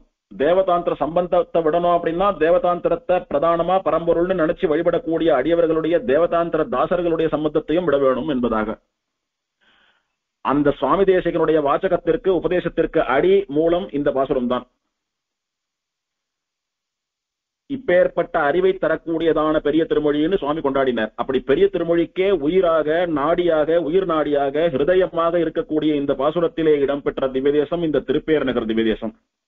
அந்த அளவுக்கு கலியனுடைய மனசை இந்த திவ்யதேசம் கொள்ளை கொண்டிருக்கிறது. இப்போ இந்த திவ்யதேசத்தினுடைய ஸ்தல புராணத்தை பார்க்கலாம். இந்த கஷேத்திரத்தினுடைய மகிமை பிரம்மாண்ட புராணத்திலே சொல்லப்பட்டிருக்கிறது. இந்த கஷேத்திரத்தினுடைய புராண ஸ்லோகங்கள்லாம் கூட முழுசா கிடைக்கல. கிடைச்ச வரைக்கும் என்ன இருக்கோ அதுதான் நாம் அனுபவிச்சுட்டு வரோம். இதற்கு ஸ்தல புராணத்திலே பலாச வனக்ஷேத்திரம்னு பெயர். பலாச விருட்சம்னு சொல்லக்கூடியது புரசை மரம்னு சொல்லக்கூடிய மரம். இந்த புரசை மரங்கள் நிறைய அடர்ந்து வளர்ந்திருக்கக்கூடிய வனம், காடு. அதனால இதற்கு பலாச வனக்ஷேத்திரம், பலாச வனம், புரசங்காடுன்னு தமிழ்ல சொல்லுவா. புரச மரங்கள் வளர்ந்திருக்கக்கூடிய காடு. இந்த பலாச மரத்தினுடைய குச்சியைத்தான் பிரம்மச்சாரிகள் கையிலே வைத்துக் கொள்ள வேண்டும் என்று ஆவணிய விட்டம் அவ பண்ணக்கூடிய சமிதாதானம்னு சொல்லக்கூடிய அனுஷ்டானம், இந்த சமயத்துல எல்லாம் பலாச தண்டத்தை கையில வச்சுக்கணும்னு சொல்றாளோ இல்லையோ. ஒரு அரச மரத்து குச்சி மாதிரி ஒரு சின்ன குச்சி இலையோடு இருக்கும், அதை உடைச்சு குழந்தைகள்லாம் வச்சுட்டு இருக்கும், பிரம்மச்சாரி குழந்தைகள்லாம். அது இந்த மரம் தான், புரசமரம்னு சொல்லக்கூடிய பலாச மரம். அது அடர்ந்திருக்கிறபடினாலே பலாசவனம்னு பேரு இருக்கு. இங்க உபமன்யுக்கு பெருமாள் சாப விமோசனம் கொடுத்தார். உபமன்யு அப்படின்னு ஒரு ராஜா, அவன் துர்வாச முனிவரிடத்திலே ஒரு சாபம் வாங்கி விட்டான். துர்வாசர் பாக்குறவாளுக்கெல்லாம் சாபம் கொடுப்பார். பொதுவா ஒரு ரிஷி சாபம் கொடுக்கிறார் அப்படின்னா அவருடைய தவ வலிமை, அவருடைய சக்தி குறையும். அப்ப இவர் இத்தனை பேருக்கு சாபம் கொடுத்தாரு, எங்க பாரு சாபம்ன்ற வார்த்தை வந்தா துர்வாசர் வந்து விடுறாரு. இவருடைய சக்தி குறையாதா? தன் சக்தி குறையறதுன்னு தெரிஞ்சும் ஏன் இவர் சாபம் கொடுக்கிறாரு அப்படின்னா, இவர் வரம் வாங்கிட்டு இருக்காரு. என்ன வரம் வாங்கிட்டு இருக்காருன்னா, எத்தனை சாபம் கொடுத்தாலும் அதனால தன்னுடைய தவ வலிமை, தன்னுடைய சக்தி குறையக்கூடாது, அதுக்கு மாறா சாபம் கொடுக்க கொடுக்க இவருக்கு சக்தி பெருகணும்னு வரம் வாங்கிட்டார். எவ்வளவு உஷார் பாருங்க. அதனால தன்னை பத்தி கவலைப்படாம சாபமா கொடுக்கறது. ஆனா இதுல ஒரு நன்மை நமக்கு என்னன்னா, பொதுவா சொல்லுவாளோ இல்லையோ நாரதர் கழகம் நன்மையில முடியும், அந்த மாதிரி துர்வாசருடைய சாபம் எதுல முடியும் அப்படின்னா, இந்த மாதிரி ஒரு ஆச்சரியமான ஒரு க்ஷேத்திரம், ஒரு திவ்யதேசம் தோன்றுவதற்கு காரணமாக இருந்து அங்க பெருமாள் ஆச்சரியமா அர்ச்சாவதாரமா எழுந்தருளி இருந்து நமக்கெல்லாம் அனுகிரகம் பண்ணக்கூடிய ஒரு நல்ல காரியத்திலே முடியும். அதனால ஒரு விதத்திலே இவருடைய சாபம் கூட நல்லதுதான் அப்படின்னு தோன்றது. அப்படி உபமன்யுன்னு சொல்லக்கூடிய ராஜாவுக்கு துர்வாசருடைய சாபம் கிடைச்சிடுத்து. அந்த சாபத்தினாலே அவன் தன்னுடைய பலம் இழந்து யுத்தம் பண்ண முடியாம, அவன் காரியத்தை அவன் பண்ண முடியாம அப்படி நோய் வந்தது போல ஆயிட்டான். நோயெல்லாம் வரல, நன்னாதான் இருக்கான், ஆனா ஆரோக்கியம் குறைஞ்சு போயிடுத்து. பார்க்கறதுக்கு அருவருப்பா இருக்கிற மாதிரி தோல் நோய் அப்படிலாம் ஒண்ணும் இல்லை, சாதாரணமா இருக்கான், ஆனா சக்தி குறைஞ்சு போயிடுத்து. ஒரு ராஜாவா அவனால அவனுடைய காரியங்களை பண்ண முடியல, ஒரு சாமானிய மனுஷனா வாழ முடியறது. என்ன தப்பு பண்ணினான்னு புராண ஸ்லோகம் கிடைச்சாதான் தெரியும். ஏதோ தப்பு பண்ணினா சாபம் கொடுத்துட்டார். சுவாமி எனக்கு மன்னிச்சுடுங்கோ, எனக்கு சாப விமோசனம் கொடுங்க அப்படின்னா, பலாசவன கஷேத்திரம்னு ஒரு கஷேத்திரம் உண்டு. அந்த கஷேத்திரத்துல போய் 1,00,000 பேருக்கு நீ ததியாராதனம் பண்ணினியானா உனக்கு சாபம் தீரும் அப்படின்னு துர்வாசர் சாப விமோசனம் சொல்றார். அப்போ அங்க பெருமாள் எழுந்தருளல, அது திவ்யதேசம் இல்ல, பெருமாள் அங்க எழுந்தருளல. வெறும பலாசமரம் இருக்கக்கூடிய ஒரு காடு, பலாச வனம், அவ்வளவுதான். அங்க 1,00,000 பேருக்கு சாதம் போடு அன்னதானம் பண்ணுன்னு சொல்லல பெருமா இவர் துர்வாசர், ததியாராதனம் பண்ணுன்னு சொன்னார். தத்து அப்படின்னா அது, ததீயர்கள் அப்படின்னா அதனை சேர்ந்தவர்கள், அதுன்னு சொல்லக்கூடியது, தத்துன்னு சொல்லக்கூடியது பிரம்மம் பெருமாள். ததீயர்கள் ததீயால் அப்படின்னா அதனை சேர்ந்தவர்கள், அப்படின்னா பெருமாளை சேர்ந்தவர்கள், அவனுடைய அடியவர்கள், ஸ்ரீ வைஷ்ணவர்கள், பாகவதோத்தமர்கள். அவளுக்கு சாதம் போடுறதுக்கு ஆராதனம்னு பெயர். அன்னதானம் கிடையாது, பாகவதாளுக்கு சாதம் போடுறது கிடையாது, ஆராதனம். எப்படியானா பெருமாளுக்கு நாம சாதத்தை கொண்டு ஆராதனம் பண்றோமோ அந்த மாதிரி அவனுடைய பக்தர்களுக்கும் கூட சாதம் போட்டு அவளை ஆராதிக்கணும், வணங்க வேண்டும் அவர்களே. பகவானுக்கு பண்ணக்கூடிய திருவாராதனத்தை போல அவனுடைய அடியவர்களான ததியர்களுக்கு பண்ணக்கூடிய ஆராதனம், அதனால ததிய ஆராதனம்னே பெயர் அதற்கு. அப்படி 1,00,000 பேருக்கு அந்த வனத்துல போய் நீ ததியாராதனம் பண்ணினியானா அவனுடைய சாபம் தீரும். இழந்த உன்னுடைய பலத்தை பெற்று திரும்பவும் ஒரு பெரிய பேரரசனா நீ விளங்குவேன்னு துர்வாசர் சொல்லிட்டு போயிட்டார். இவன் சரின்னுட்டோ எப்படியோ ஒரு சாப விமோசனம் கிடைச்சதுன்னுட்டு காவிரி கரையில இருக்கக்கூடியதான இந்த பலாசம கஷேத்திரத்துக்கு வந்து சேர்ந்து 1,00,000 ஸ்ரீ வைஷ்ணவர்களுக்கு சாதம் போடணும், ததியாராதனம் பண்ணணும் அப்படின்னா அதுக்கு ஒரு கட்டடம் எல்லாம் ஓணும்னுட்டு அங்க ஒரு அரண்மனை எழுப்புறான்.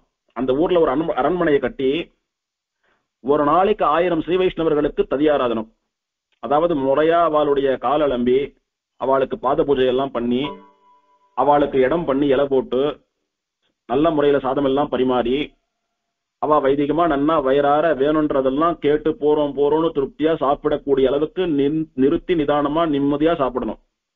ஏதோ லைன்ல நிக்க வச்சு இலையில கொடுக்கறதுன்ற மாதிரி அரசல் புரசல் எல்லாம் இல்லாம ஆத்துல சாப்பிடுற மாதிரி அதை விட இன்னும் நன்னா சாப்பிடணும் வாழலாம். அதுதான் ஆராதனம். அந்த மாதிரி ததியாராதனம் 1,00,000 பேருக்கு பண்ண சொன்னார். ராஜா பார்த்தான், அதுக்கு மறைவான இடம் வேணும், அந்த தலிகையெல்லாம் வச்சுக்கிறதுக்கு இடம் வேணும், தலிகை பண்றதுக்கு இடம் வேணும், அதனால ஒரு பெரிய அரண்மனையை கட்டுறதுன்னு கட்டிட்டான். 1000 பேர் உட்கார்ந்து சாப்பிடுற மாதிரியான ஒரு அன்னதான கூடம், சாப்பிடுற இடம், அதையெல்லாம் பண்ணிட்டு ஒரு நாளைக்கு 1000 ஸ்ரீ வைஷ்ணவர்களை எழுந்தருள பண்ணி அவளுக்கு ததியாராதனம் பண்ணி வைக்கிறது அப்படின்னு ராஜா சங்கல்பிச்சுட்டான். அதே மாதிரி தினம் 1000 பேருக்கு சாதம் போட்டுண்டே வரான்.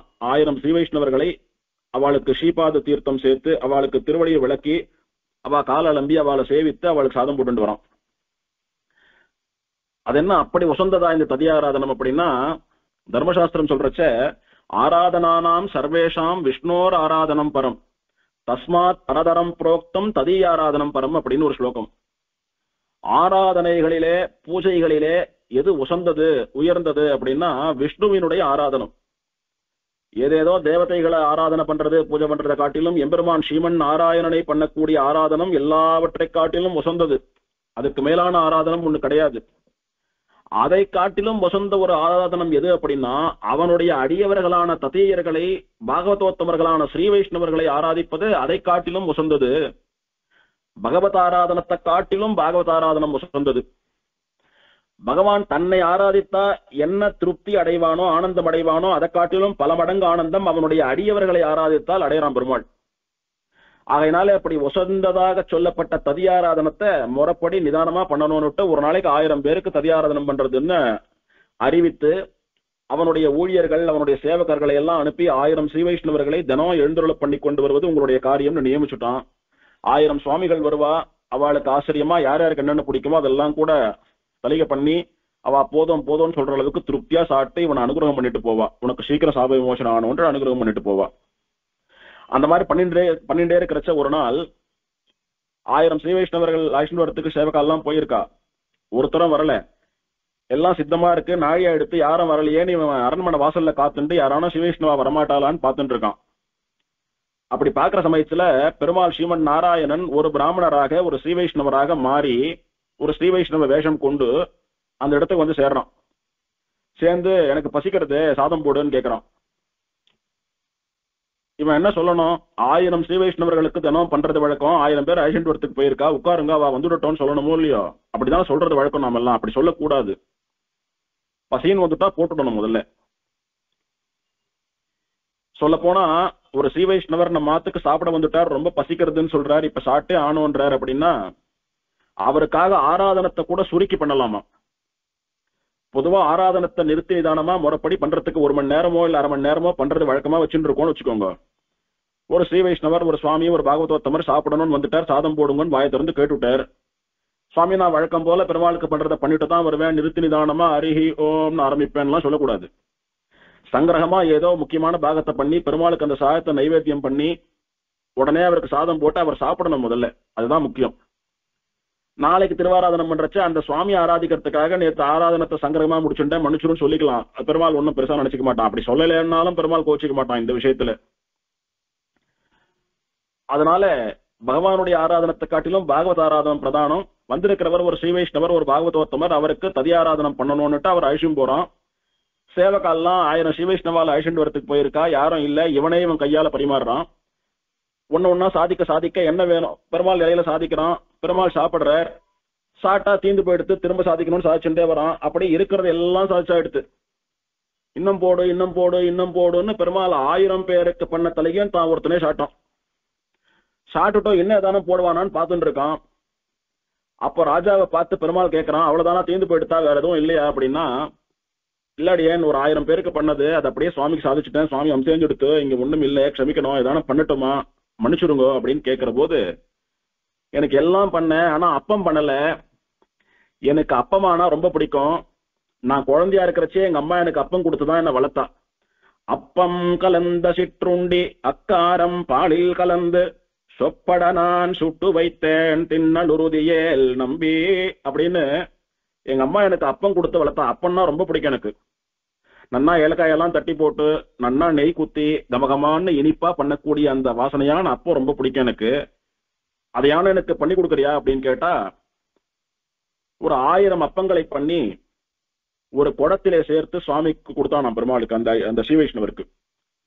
அவர் அந்த அப்பங்களை ஒண்ணா எடுத்து அப்படியே வாயில போட்டு சாப்பிட்டு, ரொம்ப நன்னா இருக்கு, இந்த எல்லா அப்பத்தையும் நான் ஒருத்தனே சாப்பிட்டுடுறேன், இந்த குடத்தோட கூட இந்த அப்பத்தை நான் எடுத்துட்டு போயிடுறேன் அப்படின்னுட்டு அந்த பெரிய குடத்திலே இருந்து இருக்கக்கூடிய அத்தனை அப்பங்களையும் தன்னுடைய வலது பக்கத்திலே பெருமாள் அப்படி இடுப்புல ஸ்திரீகள் தீர்த்த குடத்தை எடுத்துட்டு வராப்பல அப்படி சேர்த்து கட்டிட்டு பெருமாள் அவனோட எடுத்துன்னு போயிட்டானோ.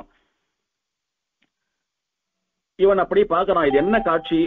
ஒரு சாதாரண ஒரு மனிதர் 1000 பேர் சாப்பிடக்கூடிய சாதத்தை சாப்பிடுறார், என்ன நடக்கிறது இங்க, வந்தவர் யார் அப்படின்னு சுவாமி நீங்க யாருன்னு கேட்கிற போது ஒரு நிமிஷம் பெருமாள் அப்படியே அப்பக்கூடத்தோடு கூட சங்க சக்கரதாரியா மார்பிலே மகாலட்சுமியோடு கூட நான் தான் ஸ்ரீமன் நாராயணன் அப்படின்னுட்டு இவனுக்கு சேவை சாதிக்கிறான். அப்படி அப்பக்கூடத்தோடு சேவை சாதித்தபடியினாலே அப்பக்கூடத்தான், அப்பங்களை வைத்துக் கொண்டு சேவை சாதித்த சுவாமி அப்படின்றதுனால அப்பாள ரங்கநாதன், அப்பங்களை வைத்துக் கொண்டிருக்கக்கூடிய ரங்கநாதன். அப்பாளு கொந்தினவாடு அப்பாள ரங்கநாதடு, தெலுங்குல சொல்லணும் அப்படி சொல்லணும். அப்பங்களை வைத்துக் கொண்டிருப்பதனாலே அவன் அப்பக்கூடத்தான், அப்பாள ரங்கநாத சுவாமின்னு பேர் வந்தது அவனுக்கு. அப்படின்றத ஆச்சரியமா இந்த பெருமாளுக்கு அப்பக்கூடத்தான்னு திருநாமம் வந்தது. பகவானே, எனக்காக நீ இறங்கி வந்துட்டியா? நான் பண்ண தப்புக்காக சாப விமோசனம் கேட்டேன், ரிஷி இத உபாயமா சொன்னார், அதுக்காக பண்ணேன், என் மேல கருணை கொண்டு இத்தனை சீக்கிரம் நீ வந்துட்டியா அப்படின்னுட்டு அவன் அப்படியே நெடுஞ்சான் கடையா பெருமாளுடைய திருவடியில விழுந்து சேவிக்கிறான். அப்ப பெருமாள், உன்னுடைய சாபம் தீர்ந்தது, உனக்கு பழைய பலம் வந்துடுத்து, நீ பழையபடி நல்ல செங்கோல் செலுத்தக்கூடிய சக்கரவர்த்தியாக திகழ்வாயின்னு பெருமாள் அவனை தாயாரோட கூட சேர்ந்து ஆசீர்வாதம் பண்ணி அவனை பழையபடி நல்ல ஒரு பெரிய பேரரசனா சக்கரவர்த்தியா ஆக்கினார் பெருமாள். அப்படி பெருமாள் அவன் கொடுத்த அப்பக்கூடத்தை வாங்கி கொண்டு அந்த உபமன்யுவினுடைய சாபத்தை தீர்த்து வைத்த பெருமாள் இந்த பெருமாள்.